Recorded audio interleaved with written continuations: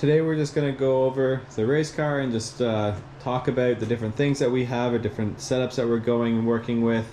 Just trying to outline what we're doing. The car is in a various different states of disassembly for different things that we are working on and fixing, but we're just going to go over this today. So obviously we don't have the fender on, which we'll get that back on later. So we come into the front suspension. We do have a coilover set, three-way adjustables that we do adjust as we see necessary. For the brakes, we do have the standard front brake calipers, but we do have braided steel lines, and we do run Hawk HT10s. I'm in the process of changing out the front wheel bearings, and when we replace all of that, the hubs will come with studs instead of using the wheel bolts. That's just way easier to put the tires on and off at the track. And then you can see the control arm. These are Melee HDs, so these are upgraded, so they're more durable, and they do have upgraded ball joints on either side, so they're brand new on either side. And then if you can see in the back, the rear control arm bushings, we do have poly bushings back there to make sure that that's a bit more of a stiffer, more direct and predictable cornering experience. The other side, the driver's side, is essentially the same. We don't have the sway bar in there just yet, but we do have the larger 27mm sway bar with a little bit of adjustment for stiffness when we adjust that front and back. Coming around to the hood, we do have a nice big vent in the top. This just helps us bring some cold air across the top of the hood, try to get a bit of a Venturi effect to pull the heat away from the engine, and that way we just exhaust a bit more of that high temp air out. When we open up the hood, getting into the engine bay, we do run a strut tower brace. That way we just add a bit more stiffness in the front of the vehicle. It kind of helps keep everything a little bit more aligned and square in the front. We don't really have too many performance modifications because everything that we're doing is endurance based, so it's all about making it to the end of a long race. So it's not a sprint, it's not the person with the most power that gets to the end first. As well, it is bracket racing, so there is a time set for us to stay within our class. So if you do add too much power, you'll break out of your time class target and therefore have to race against faster cars. We do have a couple nozzles in the back as part of the fire suppression system. So you'll see the blue here at the top, which points down the injector path. And then we do have another blue nozzle here, which points down towards the exhaust. Some of the things that we have done performance-based wise is we have cut the exhaust off at the base of the manifolds and then run straight all the way back to the vehicle. We have one muffler in there just to try and quiet things down a little bit, takes that drone away, doesn't hurt your ears as much. We have deleted the secondary airflow, just a little block off plate down there that just closes that out, so we don't have to worry about that. When we come around the front of the engine, we have used a upgraded pulley set, which is supposed to take away some of the parasitic losses from running the serpentine belt. And then we've also installed a high performance water pump to make sure that we're still running our coolant around. So we have changed out the oil filter housing. So there's an E46 filter housing on here now instead of the E46 for the same engine. What that actually gave us was ports to add the oil cooler lines, which you'll see there. And then it bolts straight up to the block with the same gasket, so everything works there. All the runs are the same, so it actually is pretty much a plug and play situation and upgrade.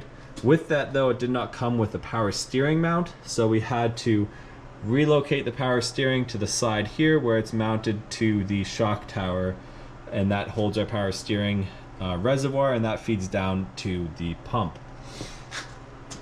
As we come down around here, you'll see our oil cooler. It's currently not installed, but when it is installed, it sits here in the front of the vehicle, and that way we can keep our oil temperatures in check. And after 8 hours of running, we definitely needed to keep those temperatures down. Definitely has helped the oil pressure in the vehicle remain a little bit higher at the end of races, which is definitely necessary. One of the things that currently is not installed in the vehicle is we did upgrade to an aluminum radiator. That way we can just keep the temperatures of the coolant in check better. And apart from that, powertrain wise, pretty much all of the things that we have done in here, apart from getting rid of all of the wires that we don't necessarily need, and that essentially is everything under here. So with that, we'll walk around to the side of the vehicle The front corner is the same as the other one that we've already reviewed. Coming down the side, exterior wise, we do have Lexan windows. We take the front out when we race, so that way it's open, but the rears remain in. So we have Lexan in the back and Lexan in the back window. And essentially what that is for is mostly just a trailering situation. We do run an open trailer, and by doing that, things get really dirty really fast. So this is essentially just prevents us from having to tarp the vehicle, and not having to tarp the vehicle is just kind of nice because that's a real big pain in the ass for all of those that have done that. One of the other unique things that we have on the exterior is we actually have a rear view camera here, and this will run 24/7 as long as the vehicle is on. So that gives you a little bit of a view behind you while you're racing without having to check your mirrors. As well on the back, we do have our rain light, which is mandated by the regulations of the series. Yes, it says it's an XI, but it's not an XI. And then when we look into the trunk, we have put in a smaller battery. It is an anti-gravity battery, as they call them. Essentially, it's significantly lighter than the stock battery, which just gives a bit of weight savings in the rear of the vehicle. It's been highly reliable for us. We've been running it for about 2 years now, having no issues whatsoever. In the back here, we do have a fuel surge tank.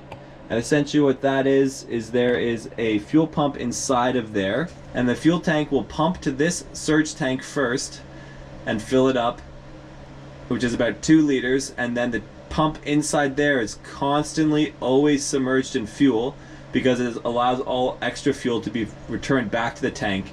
So then essentially the fuel tank is just one circuit, fuel tank to surge tank, back to fuel tank. And then surge tank being full and having its own pump has a second circuit where it pumps out of there and feeds back to the car and to your fuel rail. And then from there it comes back into the surge tank, which essentially always keeps that surge tank full so you never run into fuel starvation. We would always run into fuel starvation about an hour and 45 minutes into a stint, and essentially what would end up happening is because we have a saddle tank, when you turn right, all the fuel sloshes over to the left side, away from where the fuel pump is. You'll hit fuel starve in the corner, you'll fall flat on your face, it'll eventually come back when the car deaccelerates and you stop having the lateral G-force, and then you can go back to racing. It's extremely disturbing and disruptive when you're running, so that is why we are running a surge tank. It takes away all of those problems, and you'll never have fuel starve until you're pumping the last ounces of fuel out of that tank. Coming around to the rear of the vehicle, looking at the rear corner here, you'll see that we do have those studs that we couldn't see in the front. You can see them very well in the back. That just makes the wheels go on easier. We have the stock caliper, but again running HT10 Hawk brakes. And then we have the same Track 1 Street Pack for the rear strut adjustable, and then is also for the rear spring. We do have the upgraded sway bar. I believe it's 24 millimeters in diameter, which is bigger than stock. And then the diff, we actually are running an automatic diff because the gear ratios are just better for additional acceleration rather than top speed. That's definitely helped our car out of the corner have a bit more punch and be able to keep up with some of the faster vehicles. As far as the drive shafts, those are all stock. Nothing of that has changed. It just helps keep the car a little bit more affordable by being able to replace it with OE parts rather than having to go with customized or other aftermarket components. So with that, that's a summation of the exterior of our race car as to what we've done. Some of the plans that we're thinking about in the near future is potentially adding a spoiler and a front splitter, add a little bit of aero to the car, get a little bit more grip through our corners. But those are all future plans, and when we get to those, you guys will get to see all of that as well.